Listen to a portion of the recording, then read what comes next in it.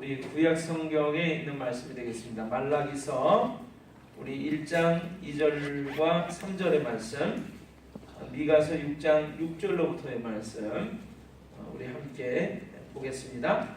찾아서 우리 함께 보겠습니다. 말라기서는 구약 성경 제일 마지막에 있죠. 말라기서 1장 우리 2절과 3절의 말씀, 2절과 3절의 말씀 찾아서 한 목소리로 읽도록 하겠습니다. 1326면을 참조하시면 되겠습니다. 1326면 말라기서 1장 2절과 3절입니다. 우리 찾으셨으면 한 목소리로 하나님 말씀 있습니다. 여호와께서 이르시되 내가 너희를 사랑하였노라 하니 하나 너희는 이르기를 주께서 어떻게 우리를 사랑하셨나이까 하는도다. 나 여호와가 말하노라 에서는 야곱의 형이 아니냐. 그러나 내가 야곱을 사랑하였고 에서는 미워하였으며 그의 산들을 황폐하게 하였고 그의 산업을 광야의 길이들에게 넘겼느니라. 아멘. 2절의 말씀입니다. 여호와께서 이르시되 내가 너희를 사랑하였노라 하나 너희는 이르기를 주께서 어떻게 우리를 사랑하셨나이까 하는도다. 나 여호와가 말하노라 에서는 야곱의 형이 아니냐. 그러나 내가 야곱을 사랑하였고 내가 야곱을 사랑하였고 야곱을 사랑했다고 하나님께서 말씀하십니다. 우리 말라기서 성경 앞에 성경을 조금 더 넘겨보시면 미가서라는 성경이 나옵니다.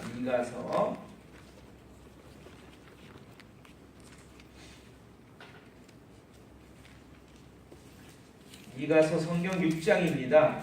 미가서 성경 6장 1295면을 참조하시면 되겠습니다. 1295면 미가서 6장 6절로부터의 말씀이 되겠습니다. 미가서 6장 6절로부터의 말씀. 여러분 찾으셨으면 제가 하나님 말씀 봉독합니다. 내가 무엇을 가지고 여호와 앞에 나아가며 높으신 하나님께 경배할까? 내가 번제물로 1년 된 송아지를 가지고 그 앞에 나아갈까? 여호와께서 천천의 순양이나 만만의 강물 같은 기름을 기뻐하실까? 내 허물을 위하여 내 맏아들을 내 영혼의 죄로 말미암아 내 몸에 열매를 드릴까? 사람아 주께서 선한 것이 무엇임을 내게 보이셨나니 여호와께서 내게 구하시는 것은 오직 정의를 행하며 인자를 사랑하며 겸손하게 내 하나님과 함께 행하는 것이 아니냐. 여호와께서 성읍을 향하여 외쳐 부르시나니 지혜는 주의 이름을 경외함이니라. 너희는 매가 예비되었나니 그것을 정하신 이가 누구인지 들을지니라. 아멘.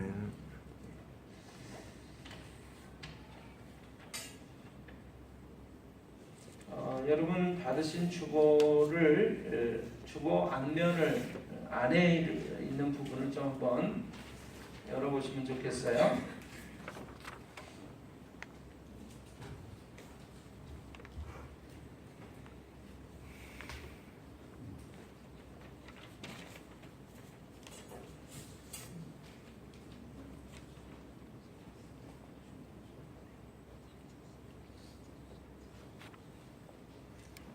주보 안쪽을 보시면요, 제가 오늘 사진을 하나, 그림을 하나 주보 안쪽에다가 이렇게 게시를 해놨습니다.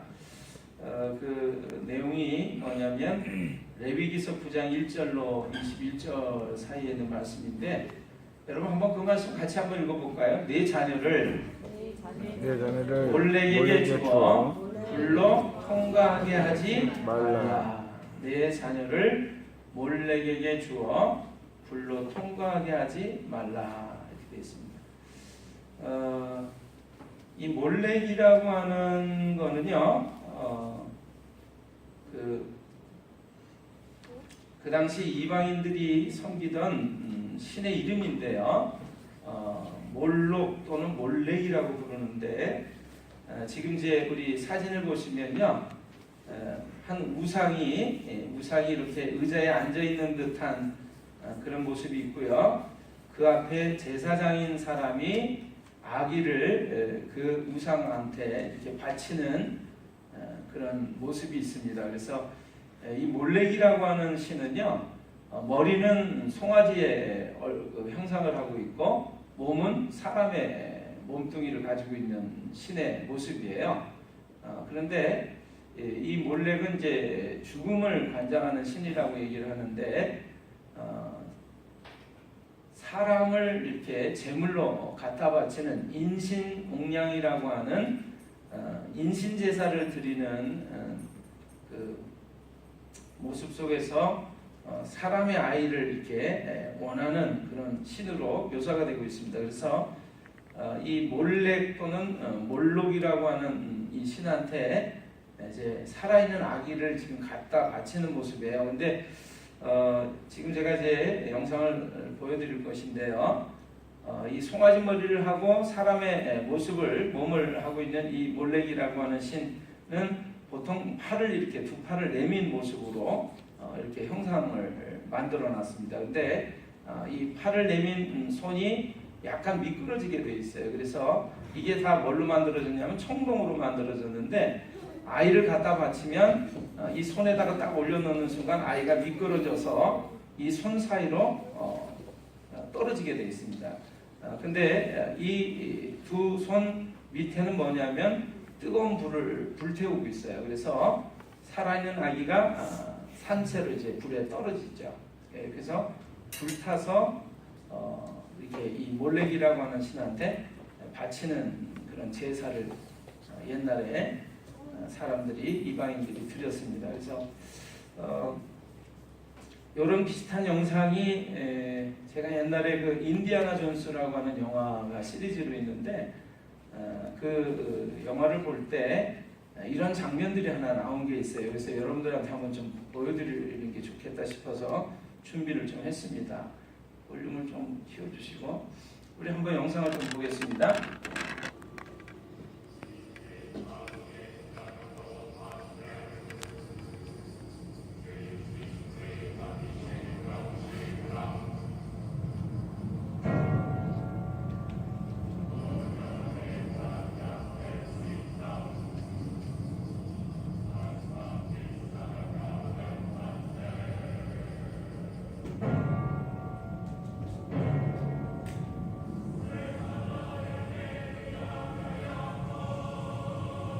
The Bogey ceremony. They're worshiping Bogey.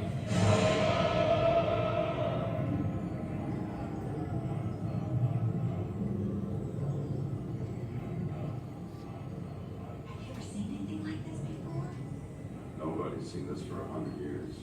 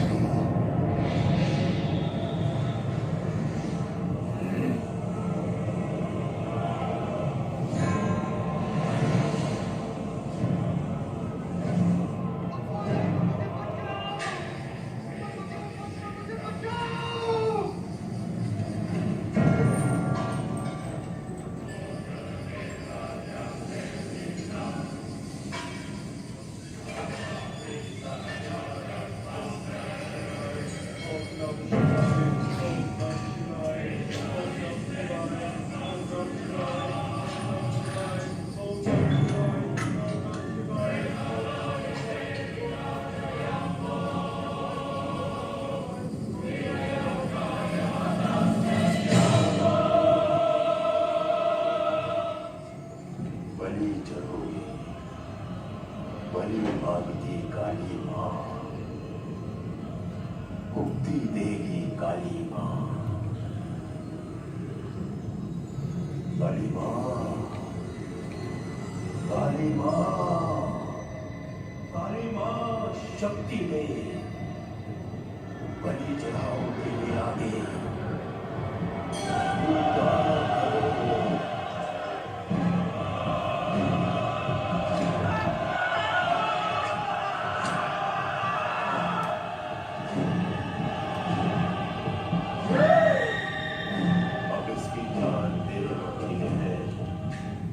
अब इसकी जान मेरे मुट्ठी में है अब इसकी जान मेरी मुट्ठी में है अब इसकी जान मेरी मुट्ठी में है अब इसकी जान मेरी मुट्ठी में है Still alive. ओम नमः शिवाय ओम नमः शिवाय ओम नमः शिवाय ओम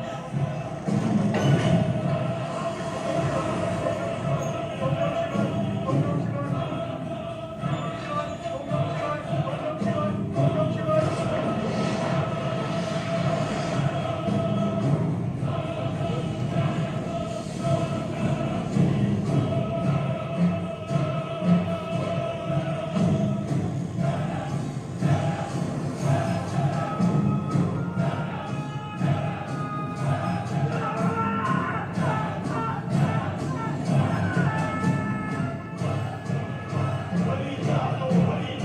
बलि चढ़ा दो बलि चढ़ा दो बलि चढ़ा दो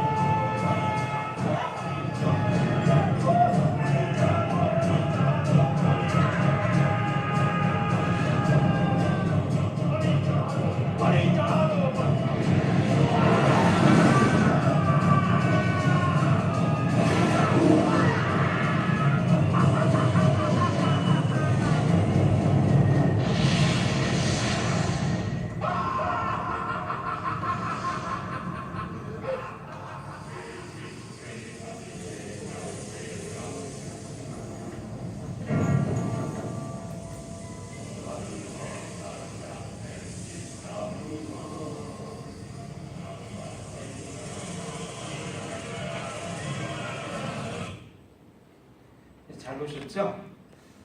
그냥 우리가 인디아나 존스라고 하는 영화 그냥 볼 때 저게 이제 미궁의 사원이라고 하는 제목으로 아마 저기 영화가 시리즈로 만들어졌던 것인데요.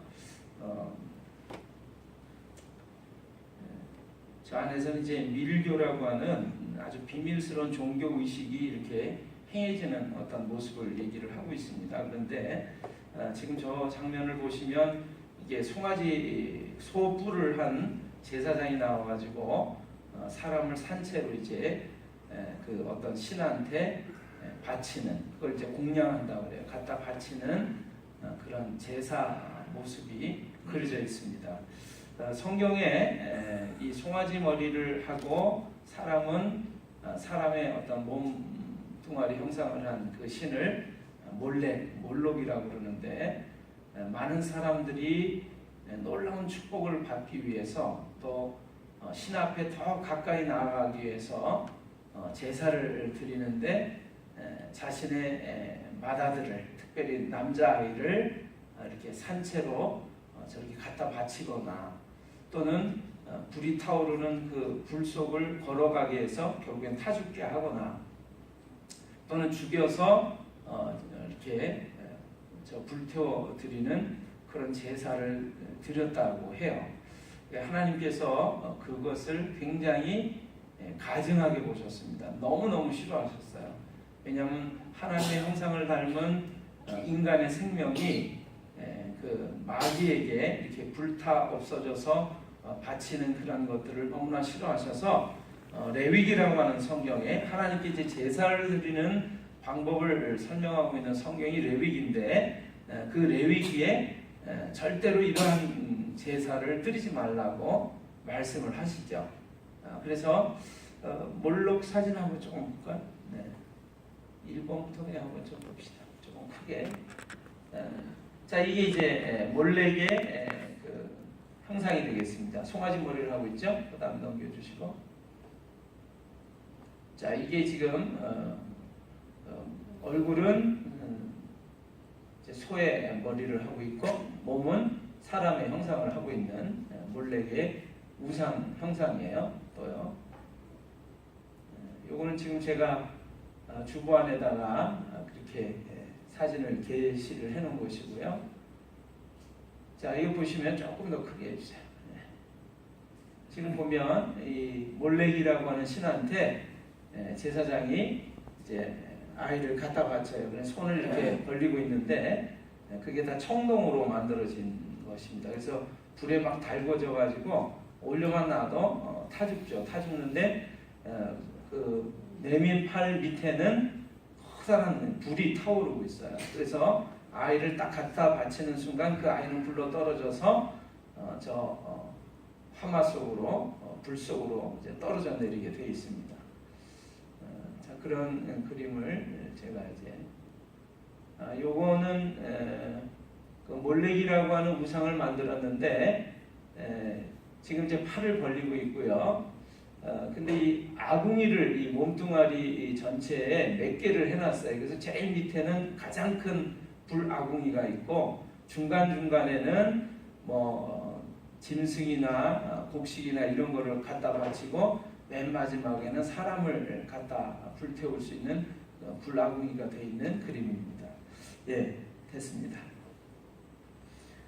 제가 조금 이제 그 백과사전에 있는 내용을 조금 설명을 읽을까 해요. 이 몰렉에 대한 이야기인데요. 여러 이제 민족 또 역사 속에서 이 몰렉이라고 하는 신이 등장을 하는데 페니키아라고 하는 고유 신화에 등장하는 가신으로 설명하고 있습니다. 소머리에 사람의 몸을 가지고 있는 형상이고요.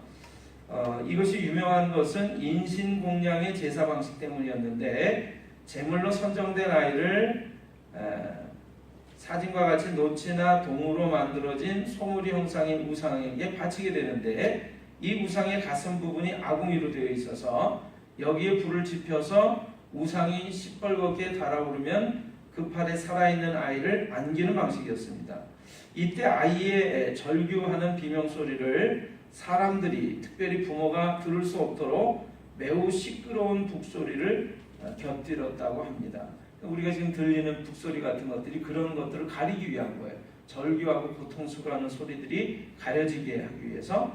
자, 이러한 인신공양, 사람을 갖다 바치는 제사는 페니키아뿐만이 아니라 페니키아 출신들이 건설한 식민지에서도 남아 있었는데 고대 사회에서도 아주 잔인하고 몹쓸 풍습이라고 여겼었다고 해요. 그럼에도 불구하고 이러한 것들이 끊임없이 유지되고 있었던 것은 이러한 것을 통해서 이제 신의 놀라운 축복을 받으려고 하는 사람의 그 잘못된 생각으로 말미암은 것이죠. 그래서 이 페니키아와 카르타고라고 하는 나라가 이제 싸움을 벌였는데 이 카르타고 사람들은 이러한 이제 풍습을 갖고 있어가지고 어떤 모습이 됐냐면 전쟁에서 이제 지게 되니까 이것은 신이 아주 천민들의 아이를 바친 것들을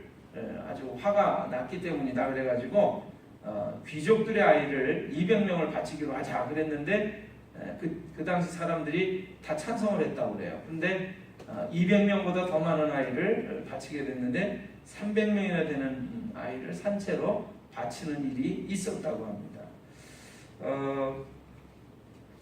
그 다음에 또 있는 이야기를 조금만 더 제가 들려드릴게요. 이게 이제 역사적인 얘기들이기 때문에 자,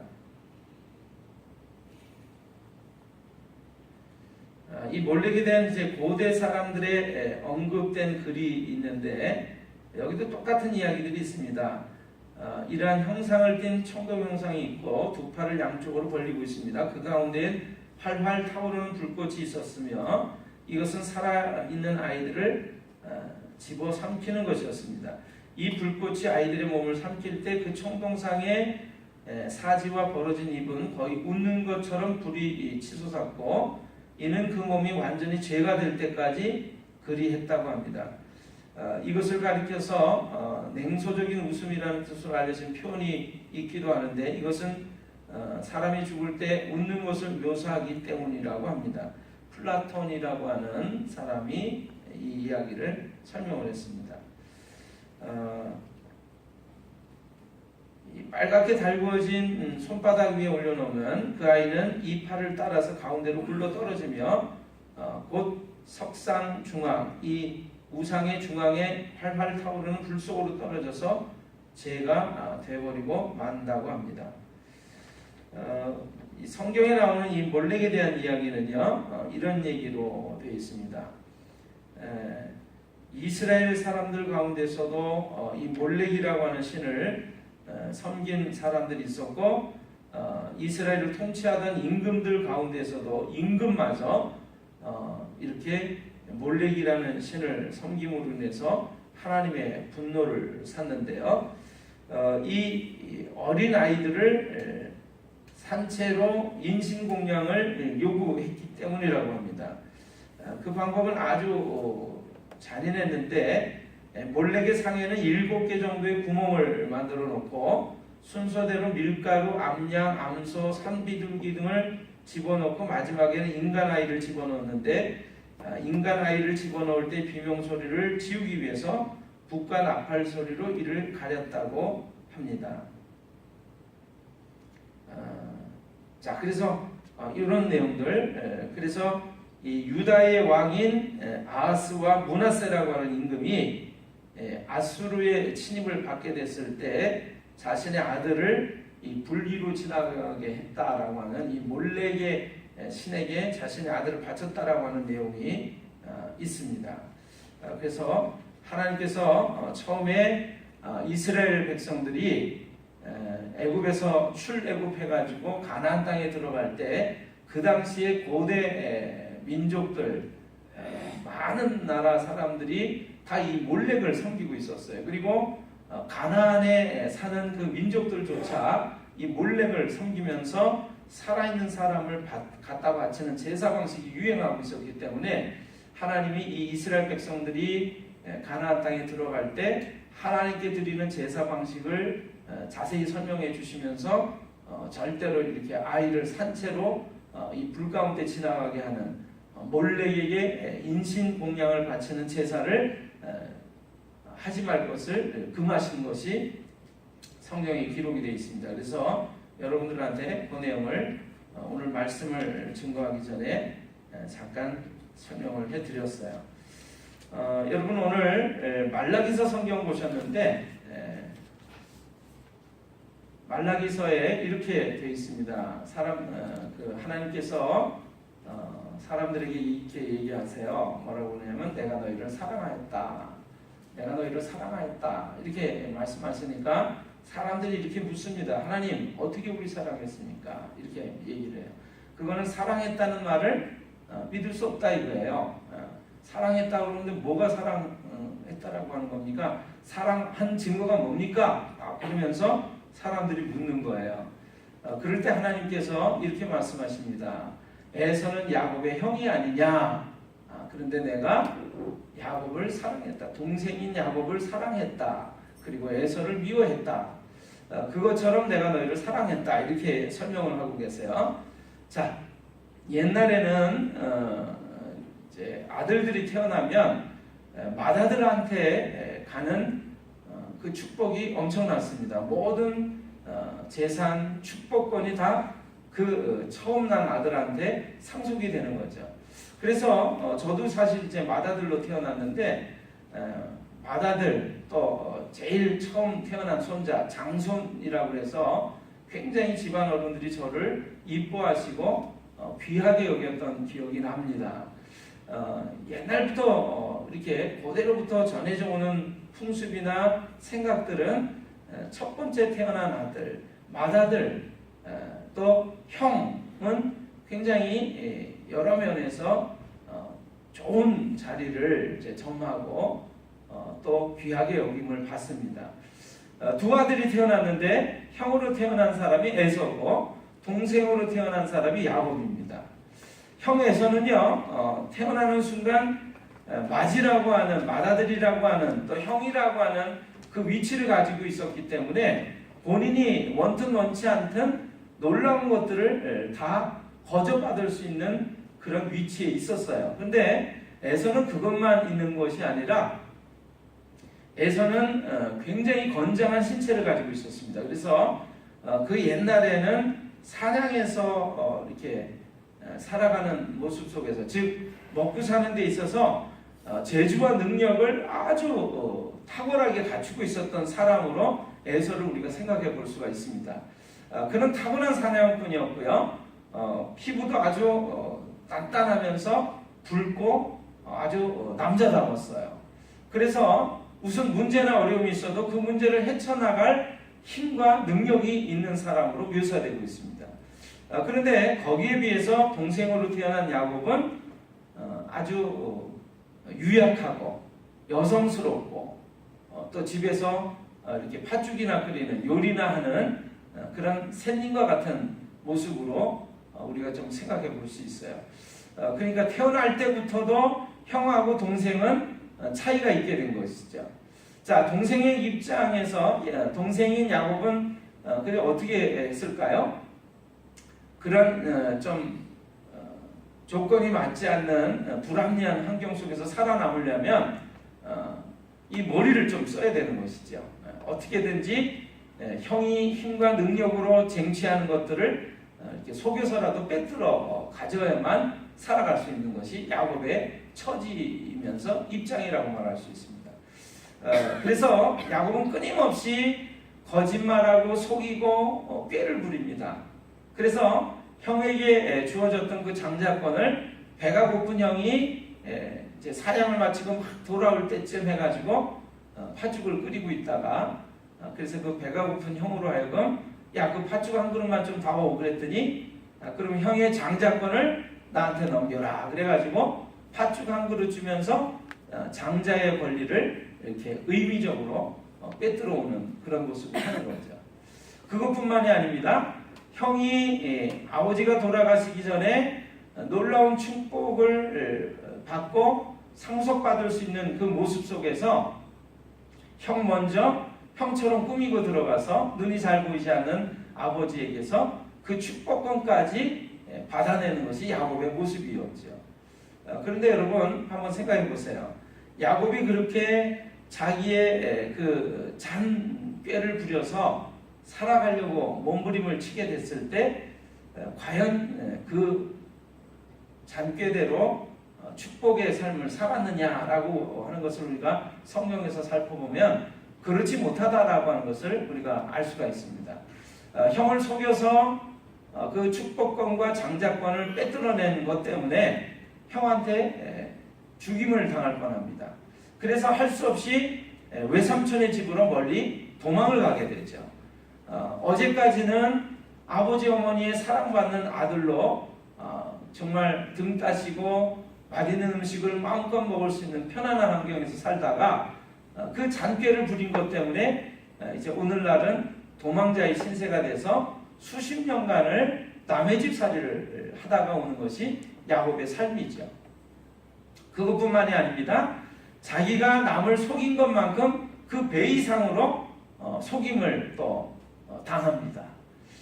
그래서 그 외삼촌의 딸 중에 라헬이라고 하는 여인을 사랑하는데 그 여인하고 결혼하고 싶은데 외삼촌이 그러는 거예요. 네가 내 딸 라헬하고 결혼하려면 7년 동안을 나한테 무료 봉사를 좀 해라.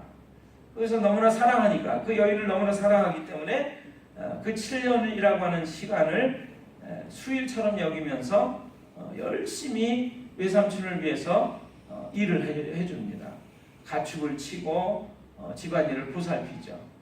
근데 7년 만에 이제 결혼식 날 사실은 고대 근동 지방에서는 여자들이 얼굴을 가리고 신방에 들어온단 말이에요. 그 다음날 돼서 이렇게 신부의 얼굴을 딱 보니까 자기가 사랑해서 결혼하려고 했던 라헬이 아니라 라헬의 언니인 레아라고 하는 여인인 것을 알게 됩니다.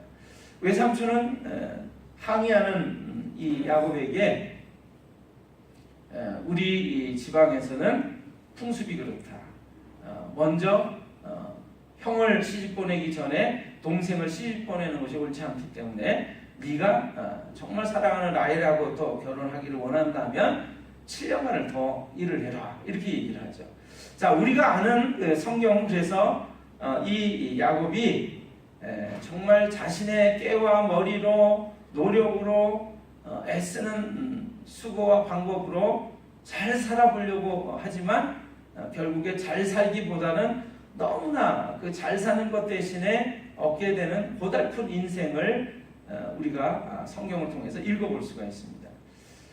자, 그런 점에서 본다면 여러분, 태어날 때부터 사랑받을 수밖에 없는 형이라고 하는 맏아들이라고 하는 위치를 가졌던 에서, 사냥꾼으로서 능력을 갖췄던, 어떻게 보면 오늘날 시대로 보면 많이 배우고 많이 가지고 능력과 재주가 출중했던 사람이 에서인데, 하나님은 그러한 에서를 사랑하시는 것이 아니라 그러한 에서는 오히려 미워하시고 못나고 부족하기 짝이 없는 야곱을 오히려 사랑했다라고 말씀하고 계신다라고 하는 것이죠.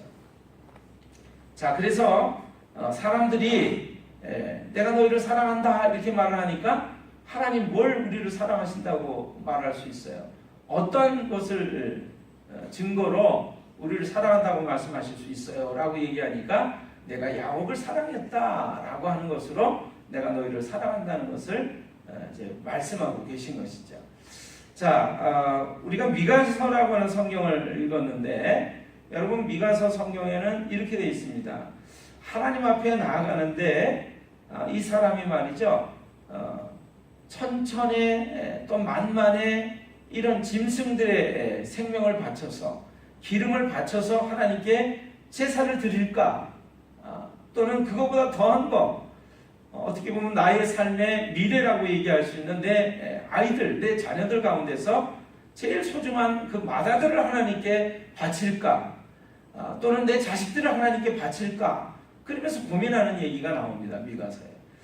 그런데 하나님은 그런 것들을 바치는 걸 기뻐하시는 것이 아니라 우리가 지금 읽은 대로 주부 안에 있는 이 사진처럼 자녀를 불 가운데 지나가게 하고 그래서 사람의 생명을 바치는 그 제사를 하나님이 금하신 이유는 하나님이 그런 것들을 기뻐하시는 것이 아니라 이러한 것들을 기뻐한다라고 말씀하신다라고 하는 것이죠. 그게 뭐냐면 바로 우리가 읽은 대로 인자를 사랑하며, 자, 우리 한번 성경을 그 부분을 한번 좀 찾아서 읽어볼까 싶습니다.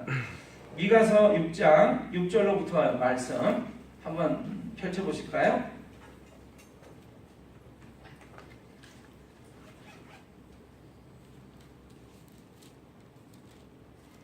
찾으셨나요? 네, 같이 한번 읽어보겠습니다. 시작. 내가 무엇을 가지고 여호와 앞에 나아가며 높으신 하나님께 경배할까? 내가 번제물로 1년 된 송아지를 가지고 그 앞에 나아갈까? 여호와께서 천천의 순양이나 만만의 강물 같은 기름을 기뻐하실까? 내 허물을 위하여 내 맏아들을 내 영혼의 죄로 말미암아 내 몸에 열매를 드릴까? 그러나 주께서 선한 것이 무엇임을 내게 보이셨나니 여호와께서 내게 구하시는 것은 오직 정의를 행하며 인자를 사랑하며 겸손하게 내 하나님과 함께 행하는 것이 아니냐. 예. 자, 하나님께서 원하시는 것이 뭐라고요? 하나님과 함께 행하는 것. 사람아, 주께서 선한 것이 무엇임을 내게 보이셨나니 뭐라고 돼 있어요? 첫 번째, 정의를 사랑하며, 그 다음에요, 인자를 사랑하며, 인자를, 그 다음에요, 겸손하게 내 하나님과 함께 행하는 것. 행하는 것이 아니냐. 하나님은 이런 것들을 우리에게 원하신다, 이렇게 말씀하십니다. 자, 제가 소그룹하면서 얘기했습니다. 옛날에 제가 서울에서 어린 시절 학교를 이렇게 쭉 다닐 때 이제 종종 그 학교에 우리 반에 다른 학교에서 다른 지역에서 살다가 전학 오는 학생이 있었어요. 그러면 너는 어디서 살다 왔니? 하고 묻게 됩니다. 그렇죠? 그러면 부산에서, 청주에서, 대전에서 살다 왔다 이렇게 얘기하면 서울에서 살던 아이들은, 서울에서 사는 사람들은 뭐라고 그러냐면 시골 그래요. 청주에서 살다 왔다 그러면 아, 청주에서 살다 와서 무슨 동네에서 살았는데 이렇게 묻지 않습니다. 시골 이렇게 얘기합니다. 서울 사람들의 머릿속에는 서울이 아닌 다른 곳은 다 시골이에요. 이것을 조금 설명을 드린다면, 자, 미국 사람들이 우리나라에 옵니다.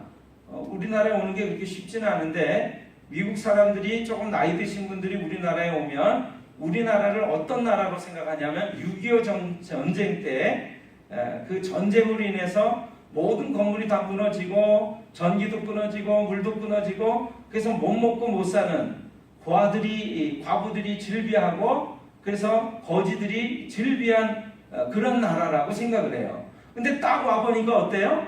자기들이 사는 미국하고 다를 바가 없습니다. 어떤 점에서는 더 잘 살고 있어요. 그래서 굉장히 깜짝 놀란다고 해요. 사모에 우리 고등학교 동창이면서 교회 어린 적부터 믿음의 친구인 한 자매가 있는데, 그분이 이제 물론 이제 60을 앞두고 있죠. 근데 미국 사위를 봤어요.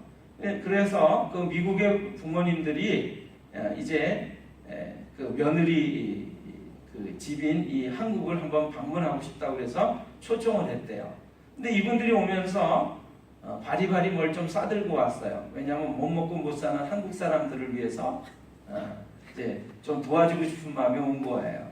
근데 와 보니까 자기 나라보다도 더 잘 사는 거예요. 호텔에 뭐 좋은 음식점에 자동차가 막 꽉 차서 서울 시내가 이렇게 다니는 걸 보면서 놀란다고 합니다. 미국에서도요, 대도시에 사는 사람들은 나름대로 자기가 아주 굉장한 긍지를 가지고 살고 있는데, 나는 LA에 살아, 캘리포니아 LA에 살아, 난 보스턴에 살아, 나는 뭐 이런 식으로 아주 자부심을 갖는데, 자부심을 갖는 사람들 중에서도 미국에서도 가장 정치, 문화, 경제, 또 금융 모든 아주 핵심적인 그 모든 인플라가 구성되어 있고 중앙 거점이 되는 곳이 어디냐면 뉴욕입니다. 뉴욕. 그래서 뉴욕 사람들은요, 당신은 어느 나라 사람이에요? 그러면 난 미국 사람이에요 라고 얘기 안 하고 나는 뉴요커입니다 이렇게 얘기를 한대요. 우리 한국 사람한테 당신 어느 나라 사람이에요? 그러면 나 대한민국 사람이에요 그러지, 나 서울 사람이에요 이렇게 얘기 안 해요. 근데 미국 사람들은, 뉴욕에 사는 사람들은 난 미국 사람이에요 얘기 안 하고, 아메리칸이라고 얘기 안 하고 난 뉴요커예요 라고 얘기를 한대요. 뉴요커에서 사는 사람들은요, 특징이 있는데, 그 유명한 커피가 뭐죠? 그 스타벅스 커피를 즐겨 먹고, 그 다음에 그 옷을 검은색 슈트를 검은색 정장의 양복을 즐겨 입는다고 그래요. 그리고 그 뉴욕에 사는 뉴요커들은요, 진정한 뉴요커들은 굉장히 이제 바쁘게 살아요. 서울 사람들이 바쁘게 사는 것처럼 바쁘게 사는데, 이 사람들은 그래서 빨간불이 켜졌어도 차가 안 오면 횡단보도를 그냥 그 신호를 무시하고 건넌다고 합니다. 그게 뉴요커의 특징 중에 하나래요. 여러분들도 뉴요커가 되시려면 그렇게 하시면 좋겠어요. 이 뉴요커의 또 특징 중에 하나는요, 자동차 아주 바쁘게 살아가죠. 살아가는데 이제 자동차를 운전합니다. 근데 주차를 할 때는 어떻게 해요? 항상 일직선으로 이렇게 정확하게 주차를 하는데, 그렇게 주차를 하려고 하면 앞뒤차하고 어떻게 해요? 부딪힐 수밖에 없어요. 근데 이 범퍼라고 하는 것이 사실은 이게 부딪혀도 되는 거거든요. 그래서 뉴요커에 사는 사람들은 보통 주차하기 위해서 앞차 뒤차 한번 범퍼를 몇 번씩 들이받으면서 이렇게 주차하는 것이 뉴요커의 자랑이래요. 근데 미국에서도 서부에 사는 사람들은 그렇지 않답니다. 그 사람들은 아주 교통법규를 정확하게 지켜요. 그래서 만약에 주차하다가 남의 범퍼를 탁 치면 어떻죠? 우리나라처럼 교통 딱지도 떼고 벌금도 물어야 되고 보상도 해줘야 돼요. 그런데 뉴요커들은 그런 거 갖고는 보상을 안 한대요. 그냥 앞뒤 쿵쿵쿵쿵 해가지고 탁 주차하는 것이 뉴요커의 특징이래요. 그러니까 뉴욕에 사는 사람들이 서부에 가서 만약 주차하다가 그러면 어떻게 되죠? 딱지 뗄 수 있죠. 그럼 그 사람들이 하는 얘기가 I'm 뉴요커 그런데요. 우리 동네에서는 이거 갖고 벌금 안 되는데 그러면서 이렇게 얘기한대요. 그만큼 뉴욕에 사는 사람들이 자부심을 갖고 삽니다. 그거는 왜 그러냐면 우리나라는 이제 거의 평준화가 됐습니다. 지방과 서울이 다를 바가 없는 모습으로 변화했어요. 그런데 옛날에는요, 제가 아주 어린 시절 중학생 때 제가 이렇게 걸어서 학교까지 갔는데, 걸어서 가는 동안에 지나가는 동네가 성북동이라는 동네가 있었습니다. 성북동이라는 동네는요, 지금 삼성그룹 이건희 회장의 아버지인 이병철 씨가 사는 동네예요. 그 동네는요, 지금은 조금 이제 부자 동네가 조금 달라졌습니다만, 제가 어린 시절에는 성북동은 지금도 아직도 부자 동네이긴 해요. 아직도 이병철 씨, 이건희 씨 집이 아직도 거기 하나 그대로 있으니까요. 수백 평의 그 대지에다가 수백 평의 건물, 막 2층, 3층 양옥을 짓고 아주 푸른 정원에, 넓은 정원에 경비실, 뭐 정원사 집들이 따로 있고, 아무튼 제 기억으로는 도로포장이 그 수십 년 전, 40~50년 전에도 도로포장이 다 돼 있어요. 그래서 비가 오면 그 당시에 서울에서도 홍수가 나고 물난리가 있는데, 이 성북동은 물난리가 나지 않습니다. 배수로가 얼마나 잘 돼 있고, 또 범죄가 일어나지 않아요. 왜냐하면 한 50m, 100여 미터 가면 방범초소가 있고 파출소가 딱 있어요. 그래가지고 치안도 잘 되죠. 모든 그 전기나 수도나 또는 전화나 이런 모든 인프라가 다 돼 있으니까, 거기 사는 사람들은 또 그 옛날 자동차가 한 대가 있을 둥 말둥한 시절인데도 거기 사는 사람들은 자동차가 3대, 4대는 보통 기본으로 있어요. 그것도 다 외제 자동차. 그래서 제가 다니면서 보면, 야, 이 부자 동네, 재벌들만 사는 동네라는 그 생각을 옛날에 했었습니다. 그래서 성북동에 사는 사람들은 전화를 받을 때 때르릉 하고 받으면 보통은 예, 여기 어디입니다. 저는 누구입니다. 이렇게 전화를 받는 것이 전화 예절이란 말이에요. 근데 성북동에 사는 사람들은 항상 예, 성북동입니다. 이러고 전화를 받는데요. 그래서 제가 이제 그런 생각을 하는데, 요즘은 좀 바뀌었습니다. 요즘은 서울에 사는 사람들 가운데서도 강남에 사는 사람들이 또 그런 자부심을 갖는데요. 그래서 강남 사는 사람들은 전화 받을 때 절대로 어느 동네입니다라고 얘기 안 하고 예, 강남입니다. 이러고 전화를 받는데요. 우린 전화 받을 때 어떻게 받을까요? 예, 청주 내수입니다. 이렇게 안 받죠? 예. 근데 아무튼 서울에 사는 사람들 중에서도 강남에 사는 사람들은 그렇게 자부심을 가지면서 나는 이렇게 갖고 있어, 이렇게 배웠어, 이렇게 능력이 있어, 뭐 이렇게 자부심을 갖는다는 거죠. 자, 성경에 나오는 에서라고 하는 사람이 바로 이런 사람입니다. 뉴요커입니다. 강남에 사는 사람이에요. 성북동에 사는 사람이었어요. 그런데 하나님은 그렇게 가진 것 많고 능력 있고 그리고 많이 배우고 그런 사람을 사랑하신 것이 아니라 축복을 받지 못해서 어떻게든지 길을 쓰고 그 축복을 빼뜨려서 속여서라도 빼뜨리려고 그러고 몸부림쳤던 그 야곱과 같은 그런 사람들을 사랑하셨다라고 말씀하고 있다라고 하는 것입니다. 여러분, 오늘 말씀을 통해서 어떤 것들을 우리가 알 수 있을까요? 저는 이렇게 생각을 했습니다.